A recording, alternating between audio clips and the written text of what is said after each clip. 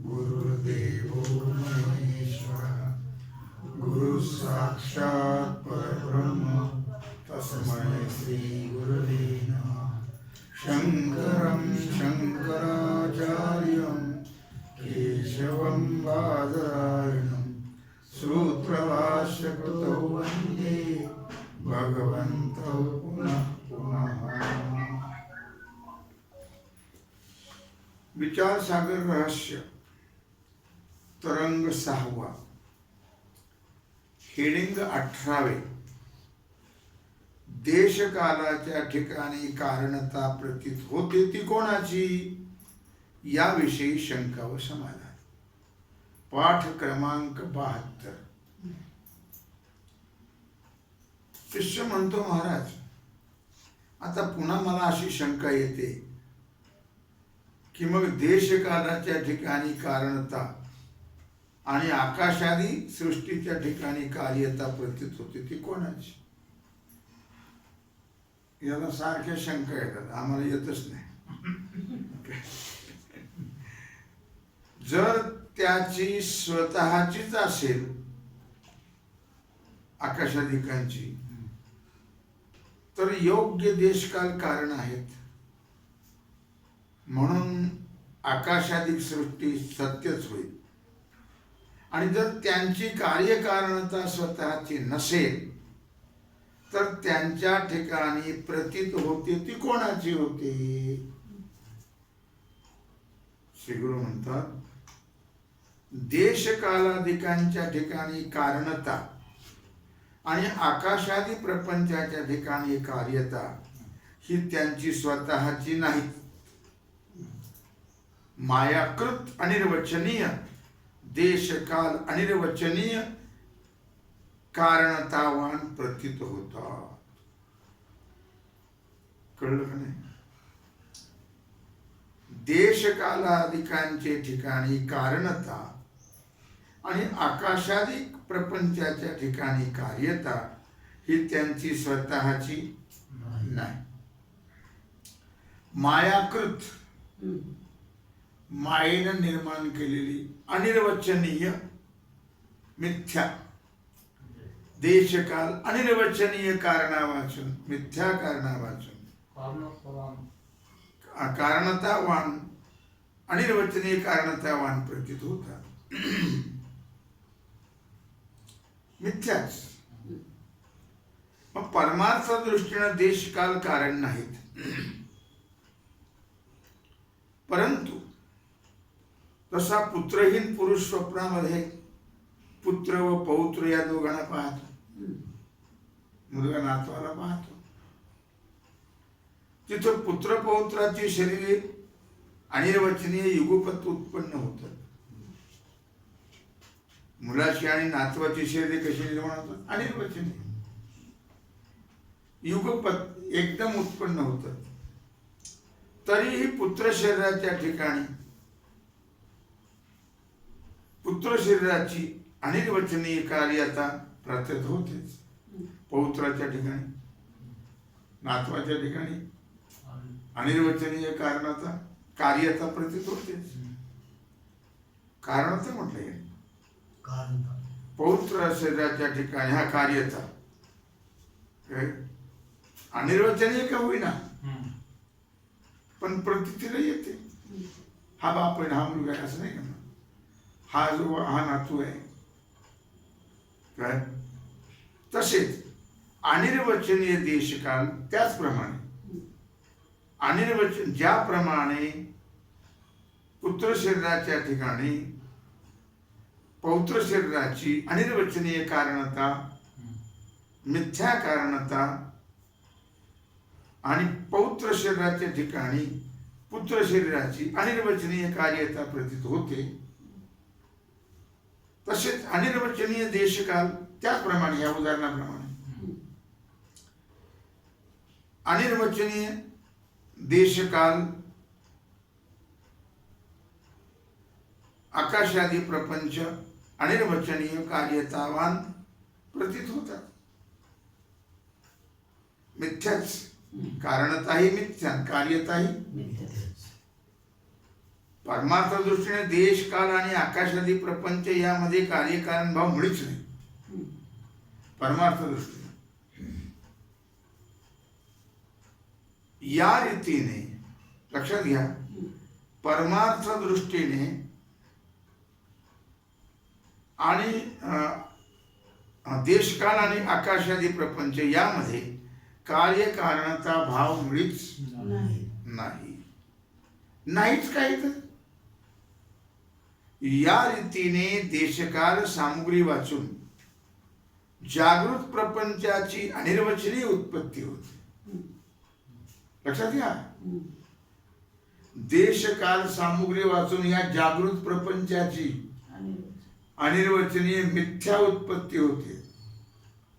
आपल्याला जो दिसतोय आता प्रपंच हा जागृत प्रपंच आहे, स्वप्नातला नाही. मग त्याची अनिर्वचनीय उत्पत्ती होते, मिथ्या. मग मिथ्या आहे का सत्य आहे? म्हणून जागृत प्रपंच मिथ्या आहे. तुम्हाला काय करायचं करून घ्या. शिष्य म्हणतो, या एकंदर विवेचनावरून स्वप्न प्रपंच मिथ्या आहे असा निश्चय होतो. स्वप्न, तो काय म्हणतोय, स्वप्न प्रपंच मिथ्या आहे असा निश्चय होतो. पण स्वप्नाप्रमाणे जागृत प्रपंच हे मिथ्या आहे असं वाटत नाही. दुनियाची रीतीच आहे, कळलं का? चालविती व्यवहार सत्य म्हणून मिथ्या वाट कुठं वाटत? मिथ्या वाटलं तर माणसं एवढी खटपट करणारच नाही, एवढे कष्ट एवढे प्रयत्न घेणार. सत्य म्हणूनच करतात. मिथ्या वाटतं प्रसंगावधानात माणसाला वाटत नाही असं नाही. काही प्रसंग आले की ते वाटतं आणि काय खरं एक खोटे सगळं, पण तेवढ्या पुरतच वाटतं. ते पुन्हा दैशत की रबर ओढलं की ताणतं, सोडलं की पुन्हा जसं तसंच. तसं काही विचारांती काही प्रसंगांती माणसाला कळतं हे, पण ते रबरासारखे तेवढ्या पुरतच कळतं, पुन्हा दैशत आहे. तो प्रसंग गेला की पुन्हा पहिले पाडे 55 अशी परिस्थिती होती. श्रीगुरु म्हणतात, स्वप्न प्रपंच मिथ्या आहे असा निश्चय तुझ्या मनात कसा झाला बरं? तू म्हणतो स्वप्न प्रपंच मिथ्या आहे, पण त्या स्वप्न प्रमाणे जागृत प्रपंच मिथ्या आहे असं नाही वाटत. मग तुला तो तरी कसा वाटला? स्वप्न प्रपंच मिथ्या आहे हे तर तुझा मनात निश्चय झाला कसा? आता 19 त्याचं उत्तर काय देतो शिष्य बघा.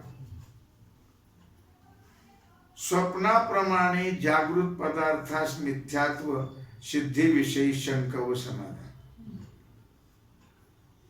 एवढं शास्त्रकार सांगतात, पण जीवाचा निश्चय काही होत ते पुन्हा त्या पहिले पाणी येर माझ्या मागल्या तापकाने सांगले. स्वप्नाप्रमाणे जागृत पदार्थास मिथ्यात्व सिद्धीविषयी शंका व समाधान. शिष्य म्हणतो, स्वप्नातील स्त्री पुत्राधिक स्वप्नामध्येच सुख दुःखाला हेतू आहेत. बघा त्यामध्ये काय काढले. स्वप्नातले स्त्री पुत्राधिक स्वप्नामध्ये सुख दुःखाला हेत कारण आहेत. जागृतीत त्यांचा काही एक उपयोग होत नाही, त्यांचा अभाव होऊन जातो, म्हणून ते मिथ्या आहेत असा माझा निश्चय झाला. कसा झाला? की स्वप्नातले स्त्री पुत्राधिक सुख दुःखाला कारण नाहीत असं नाही, पण स्वप्नातच. कळलं का नाही? भांडणं झाले स्वप्नात, जागवून पाहतो झोपलेच असतात, पण ते सुख दुःख कारण आहेत, पण स्वप्नातल्या स्वप्नात. जागृतीत काही त्याचा उपयोग नाही. स्वप्नात वाटतं, स्वप्नात वाटतं, जागृत कुठं वाटत? त्यांचा अभाव होऊन जातो कोणाचा? स्वप्नातल्याचा. म्हणून माझा मिथ्या आहे असा निश्चय झाला.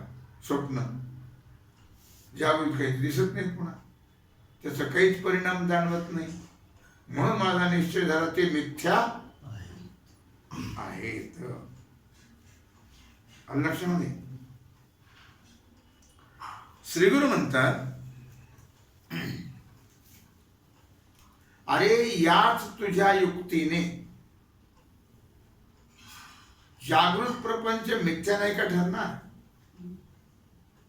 तुला जसं स्वप्नाचं वाटलं की नाही, स्वप्नातले श्रीपुत्राने सुखदुःखाला कारण आहे स्वप्नातच, हे तुला नक्की कळलं. मग आता त्याप्रमाणे जागृतीतले श्रीपुत्राने तुला का वाटू नये तसेच मिथ्या आहेत? ते जसे त्यातले तेवढ्या पुरतेच मिथ्या आहेत तेवढ्या पुरतेच ते, पण ते मिथ्याच आहेत असा तुला निश्चय झाला. त्यांचा अभाव होऊन जातो जागीपणात ते नसतात. मग असं का वाटत नाही तुला जागृतीमध्ये की जागृत सुद्धा अभाव रूपच आहे, म्हणून मिथ्याच आहे?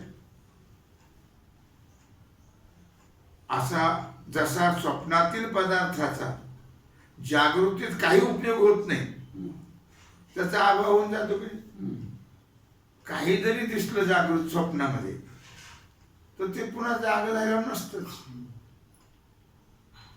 जरी नोटाचे बंडल तुम्ही खिशात टाकले स्वप्न आणि जागे झाल्यावर पुन्हा खिशात घातला तर आरपार 1 रुपयाची नोट सुद्धा सापडणार नाही, अभाव होऊन जातो त्याचा. त्याप्रमाणे जागृतीतील पदार्थांचा स्वप्नामध्ये काही उपयोग होत, जसा स्वप्नातल्या पदार्थाचा जागेपणात उपयोग होत नाही, तसा जागृतीतल्या पदार्थाचा स्वप्नात काही उपयोग होईल. त्याला उदाहरण काय दिलं होतं आपण? काय उदाहरण दिलं होतं रे? लक्षात आहे तुझ्या? नाही लक्षात? तुमच्या लक्षात आहे का? असं बरोबर. त्याला ते उदाहरण दिलं होतं. राजाला कोणा चावला स्वप्नात आणि त्याच्याकडे 5 पैसे नाहीत आणि वैद्य डॉक्टरचे त्यांच्याकडे गर्दी, पण ते स्वप्नात कुठं काय? पैशाचे भांडार आहे तुझ्याला, पण स्वप्नात कुठं काय? म्हणजे जागृतीतील पदार्थांचा स्वप्नात किंचितही उपयोग होत नाही. याबद्दल एका राजाची कथा 5व्या तरंगाच्या आरंभीत सांगितली आहे. तर पुन्हा विचार कर म्हणजे झालं. शिष्य म्हणतो जागृतीतील पदार्थ मिथ्या नाहीत, याचं दुसरं कारण आहे. ते असं की स्वप्नानंतर मनुष्य पुन्हा जागृत होतो, तेव्हा पहिल्या जागृतीत जे पदार्थ असतात ते दुसऱ्या जागृतीत असतात. दारुगुण बरोबर.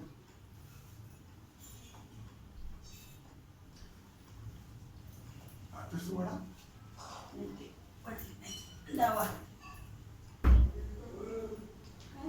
नाही ना, जोरात नाही लावू, नुसतं बस. पायाचा आवाज असेल. काय म्हणतो तो की जागृतीतील पदार्थ मिथ्या नाहीत, याचं दुसरं कारण काय? कारण सांगतो ते असं की स्वप्नानंतर मनुष्य पुन्हा जागा होतो की नाही, तेव्हा पहिल्या जागृतीत जे पदार्थ असतात पहिल्या जागृतीत ते दुसऱ्या जागृतीत असतात का बदलले? तसं प्रथम स्वप्नातले पदार्थ दुसऱ्या स्वप्नाच्या वेळी नसतात. काल स्वप्न पडलं ते आज ते पदार्थ आहेत का? नाही. म्हणून स्वप्न पदार्थाहून जागृत पदार्थांचा भेद आहे. जागृतीत तेच असतात, स्वप्नात तेच नसतात. याकरता मिथ्या नाही अशी शंका येते. म्हणून जागृतीत तेच असतात ना, म्हणून मिथ्या नाही. स्वप्नात तिथे नसतात म्हणून मिथ्या. श्रीगुरु म्हणतात अशी शंका सिद्धांत ज्ञानी पडत मूर्खला येते. अरे जागृत संसार प्रवाह अनादी आहे बरं का. त्यामध्ये जीवाला जागृत स्वप्न सुषुप्ती या अवस्था येतात.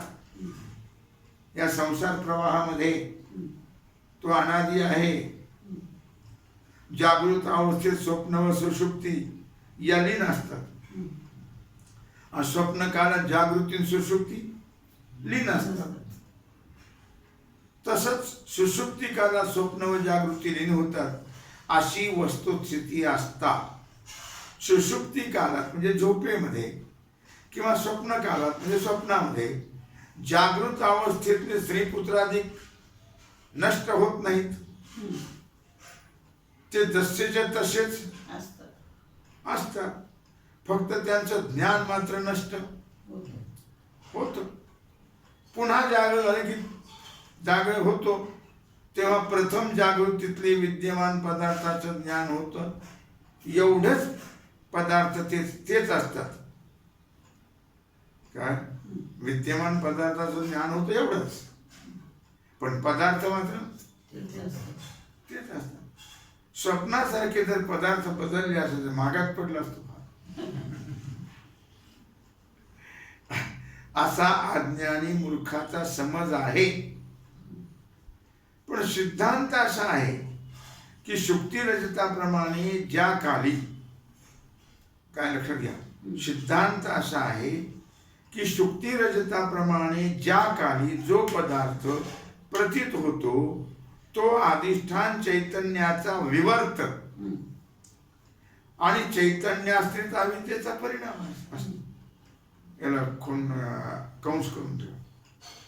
पण पासून पण सिद्धांत असा आहे की शुक्ती रजताप्रमाणे ज्या काली जो पदार्थ प्रतीत होतो तो अधिष्ठान चैतन्याचा विवर्त आणि चैतन्याश्रित अविद्येचा परिणाम असतो. कळलं? अधिष्ठान चैतन्याचा विवर्त आणि चैतन्याच्या आश्रित असणारी जी अविद्या तिचा परिणाम. एक अधिष्ठान चैतन्याचा विवर्त आणि त्या चैतन्याच्या आश्रित असणारी अविद्या तिचा परिणाम.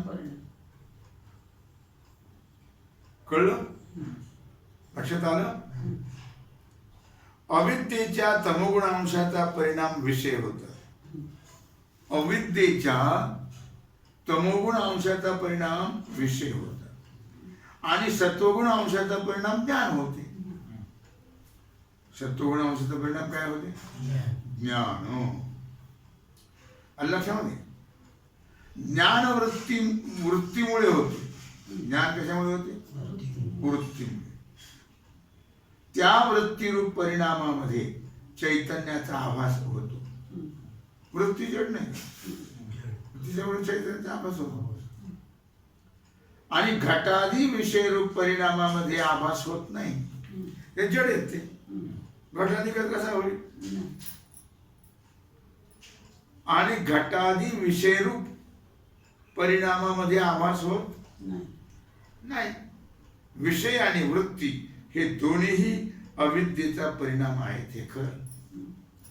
विषय आणि वृत्ती दोन्हीही अविद्येचा परिणाम आहे. हे खरं आहे. तथापि घटादी विषय तर अविद्येच्या तमोगुण अंशाचा परिणाम म्हणून मलिन आहेत. घटादी विषय अविद्येच्या तमोगुण अंशाचा परिणाम म्हणून ते कसे आहेत? मलिन आहेत.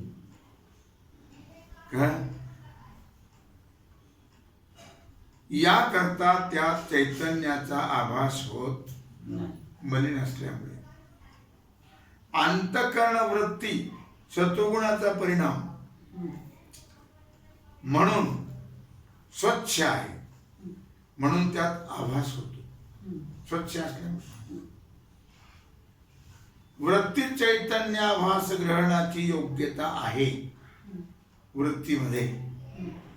म्हणून वृत्ती अवच्छिन्न चैतन्यास, वृत्ती अवच्छिन्न चैतन्यास, वृत्तीने जेवढा भाग व्यापला चैतन्याचा मर्यादित केलेला आहे. ज्ञान आणि साक्षी म्हणतात. अंतःकरण वृत्तींना मर्यादित केलं की नाही. मंत्र काय म्हणतात? ज्ञान आणि साक्षी. विषय अवच्छिन्न चैतन्य ज्ञान नाही आणि साक्षीही नाही.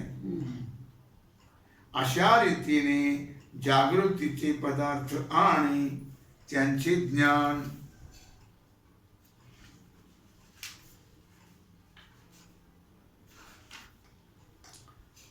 ही दोन्हीही बरोबर उत्पन्न होतात. युगपत आणि बरोबरच नष्ट होतात. काही नक्षत्र काय म्हणायचं त्यांना? अशा रीतीने वर सांगितल्याप्रमाणे जागृतीचे पदार्थ आणि त्या पदार्थाचं ज्ञान हे दोन्हीही बरोबर उत्पन्न होतात आणि बरोबरच नष्ट होतात. हा आहे वेदाचा गुढसत्ता सिद्धांत. वेदाचा गुढ सिद्धांत आहे. लक्षात, गुढ म्हणजे सखोल. म्हणून प्रथम जागृतीचे पदार्थ दुसऱ्या जागृतीत राहतात. कळलं? म्हणून दुसऱ्या जागृतीचे पदार्थ प्रथम जागृतीचे पदार्थ दुसऱ्या जागृतीत शिल्लक राहतात. हे बोलणे सर्वथा अयोग्य आहे. तेच पदार्थ ते नसतात. आता तुम्ही आलात तर त्यावेळेस तुम्ही नाही. आता इतका बदल होतो लगेच, इतकं त्याला गती आहे. आलं लक्षामध्ये? पण ती इतकी गती असल्यामुळे आपल्याला कळत नाही. इतका बदल होतो सेकंदाला, पण ते आपल्याला त्या वेगामुळे कळत नाही. तेच आपण समजतो. सगळे पदार्थ तेच पदार्थ नाही. सगळे दिसतात तरी, आकार दिसला तरी ते पदार्थ नाही. त्यात बदल झाला.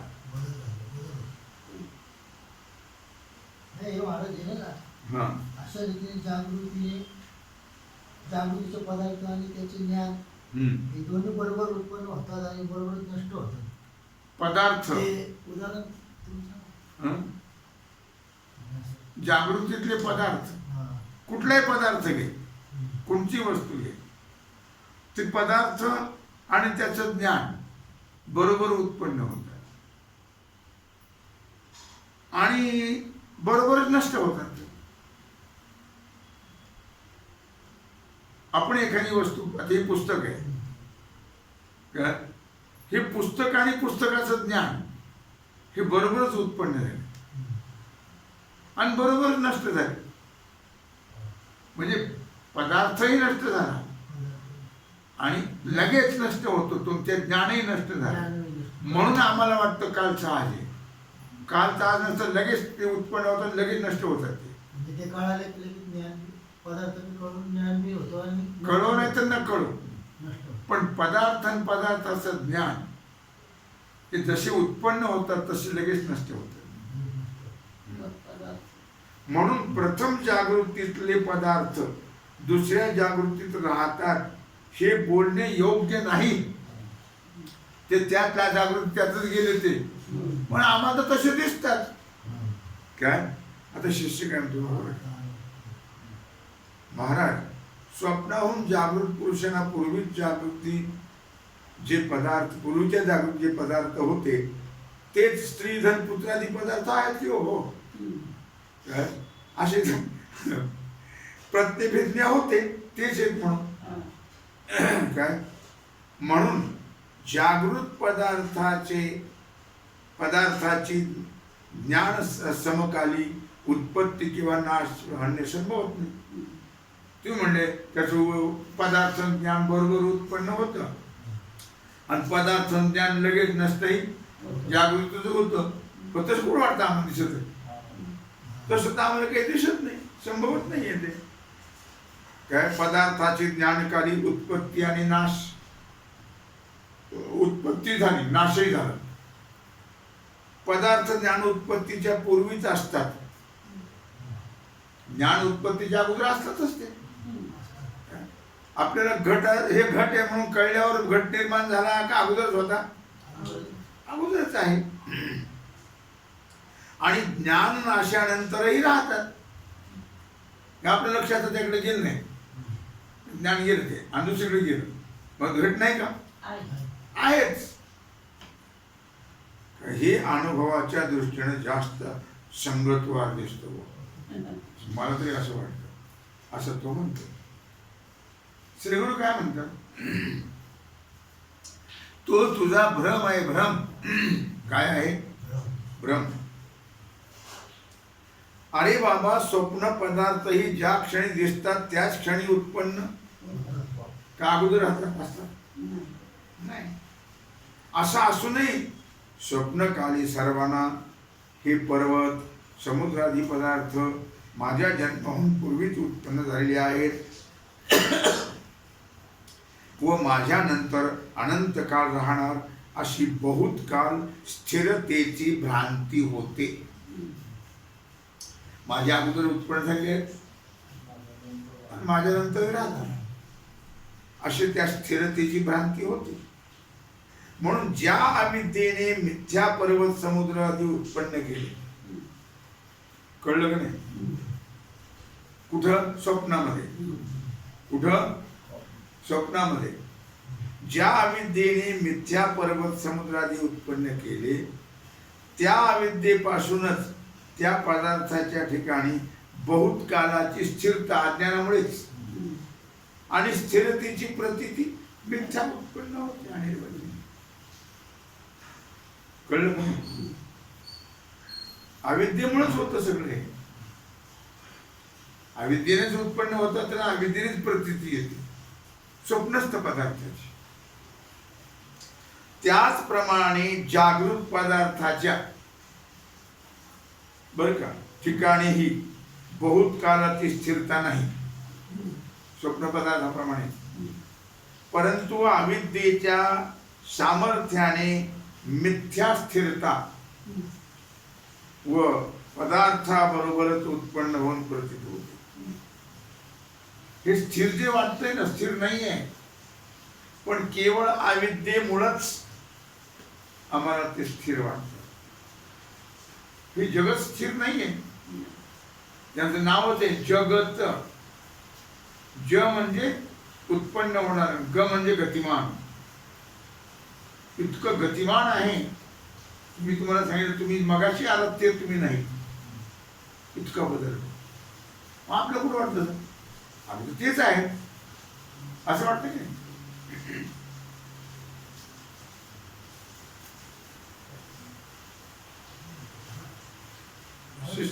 शिष्य म्हणतो महाराज बरं का, स्वप्न पदार्थ साक्षात अविद्येचा परिणाम आहे, पण जागृत पदार्थ साक्षात अविद्येचा परिणाम नाही. जशी घटाची उत्पत्ती दंडकुलापासून होते, तशी सर्व जागृत पदार्थाची उत्पत्ती आपल्या आपल्या कारणापासून. जागृत पदार्थ जर साक्षात अविद्येचा परिणाम असते जागृत पदार्थ, तर प्रथम कालात प्रथम आकाश, नंतर वायू अशा क्रमाने पंचमहाभूताची व पंचकृत भूतापासून सर्व ब्रह्मांडाची उत्पत्ती श्रुतीमध्ये सांगितली नसती. लगेच नसतं झालं असतं. हा क्रम कशाला सांगितला असता? ज्या अर्थी श्रुतीने कार्यकारण भाव परंपरेनं ईश्वर सृष्ट जागृत पदार्थ आपल्या उपादानाचा परिणाम आहे, साक्षात अविद्येचा परिणाम नाही, आणि स्वप्न पदार्थ साक्षात अविद्येचा परिणाम आहे असं सांगितलं. यावरून स्वप्न पदार्थाहून विलक्षण जागृत पदार्थ काही अल्पकाळ स्थिर आणि काही अधिक काळ स्थिर असून त्यांचा एकमेकात कार्यकारण भाव आहे. म्हणून स्वप्नाप्रमाणे जागृती नाही. त्याला म्हणायचे शिष्याला, जागृतीचे पदार्थ सत्यच आहे, मिथ्या नाही स्वप्नाप्रमाणे. मात्र श्रीगुरु सांगताय काय सांगतात याचं उत्तर देतात या शंकेत पुन्हा ते घ्यावीच लागेल. त्याचा विचार आणि आजची सेवा भगवत चरणी समर्पित करून राहायला जो सेवेचा भाग आहे तो आपण उद्या कुंडली गौरी हरविठ्ठल श्री ज्ञानदेव तुकाराम पंढरीनाथ भगवान की जय.